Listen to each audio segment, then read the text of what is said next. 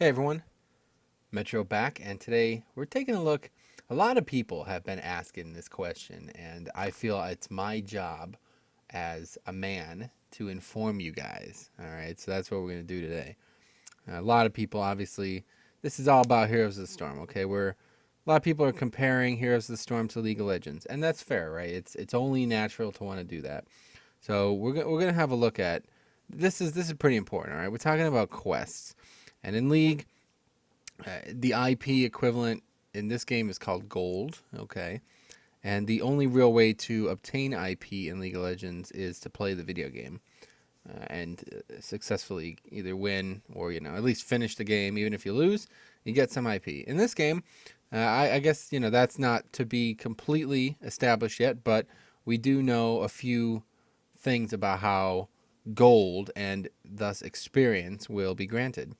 We're talking about 4 different types of quests, and this is pretty important because I feel like it's a much cleaner model than just play. And that's probably my least favorite thing about League of Legends.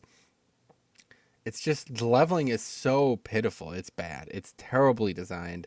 I don't know who came up with it. I honestly don't, but it's not inspired. It's ill-advised start to finish, and it just doesn't feel fun. You literally can't, like, you can't even play the game at a high level until the ranks doesn't open until 30 anyway, whatever the max level is. So currently on the alpha, right, as is out right now, nothing yet.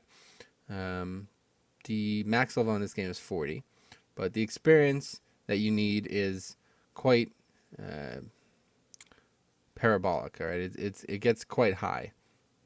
So we're looking at these options, right? So the starting quest is unlocked at level 1, all right?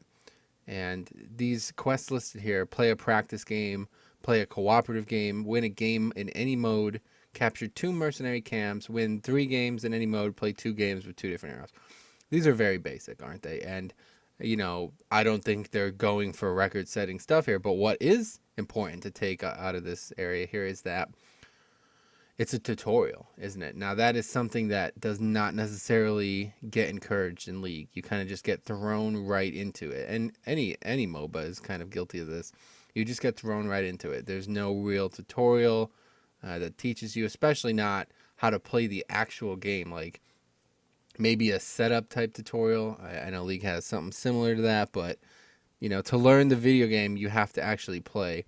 And capturing 2 mercenary camps, you know what I mean? That's not, that's encouraging. That is all it is right there. You have to encourage players to do this. So what better way than these types of quest systems? Now, daily quests. This is very similar to Hearthstone's current model, so we're going to draw a lot of comparisons here. Let's look at some of these daily quests. First of all, they are unlocked at level 6. Your character, or like your account's level. And 1 quest per day, obviously. And you could store up to 4. So just like Hearthstone, you could, not log in for a few days and get a few done at once. Participate in destroying 10 towns, capture 10 mercenary camps, 10 watchtowers, 100 takedowns, win a game on a full party, etc. 2 games as an assassin, 2 games as a support. These are very, very cool. Once again, encouraging people to play different parts of the video game. In your typical MOBA, you pick Ashe and you go. You know what I mean? That's just how it is. You play a champion that that looks interesting, and you just play it all the time, and you never learn the actual game. So the daily quest concept is, I don't know how mandatory completing these to get gold and stuff is going to be, but look at the gold values: 600 gold, right? And as we've seen already, we'll cut over to this. So the gold that you need to unlock some of these champions is quite high. 2,000 gold for the lowest tier of champions currently, 10,000 for the highest tier. And of course, you could buy them with real money, but I don't feel like a game like this, you don't buy champions with money. If you want to buy skins, that's fine, but 10,000 gold. So that's realistically, if these numbers stand, that's a few days of dailies. You know what I mean? Obviously, it's going to take maybe a week or 2, depending, but it's not, especially if you're also getting gold from playing and winning and maybe even losing, you get some. I really, really like this concept, especially considering its success in Hearthstone.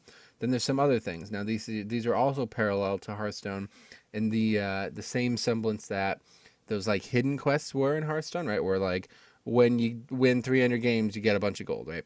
I'd imagine currently the reward for this is listed only in experience, but I'm going to go ahead and say that surely the uh, gold equivalent has just not been added yet. If not, then that makes me think that the only possible way to get from like 20 is when the final tier of these, the epic hero quests, unlock at 20.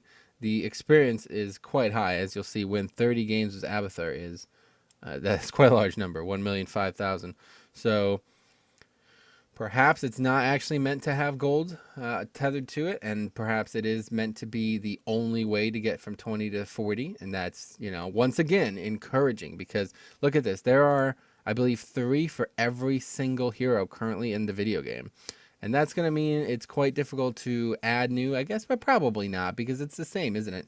Participate in 300 takedowns of Stitches, earn that much experience with the hero, and win 30 games with the hero. So it's pretty basic. If they stick with that like, routine for all the new champions as well, it's not going to be that bad.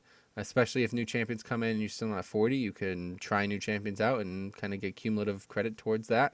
But one way or the other, I really, really like this concept. I loved it in Hearthstone. It made me want to actually log on and do stuff. Especially made me interested in playing different decks when if it wasn't for these daily quests in Hearthstone, I'd probably only play Paladin deck, and I really don't like that. This isn't a Hearthstone video, but I really don't like the game for it, like for what it is.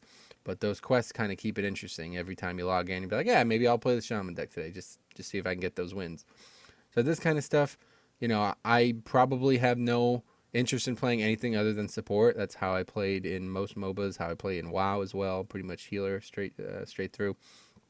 But with the only option, if this is how it is, if this is going to reward gold as well, this is a very, very viable and lucrative option.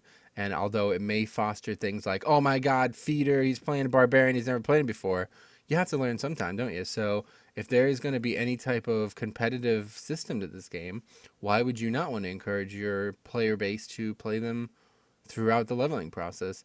I think it can only be useful. And, some of the stuff in here is quite extravagant, especially because, like, here is like the basic ones. These are very, very interesting. These are unlocked at level 10, the regular hero quests. But let's take a look at some of these. So Barbarian, hit 10 heroes with Ancient Spear. I believe that's his Q, right? So an ability that everyone is going to have to use.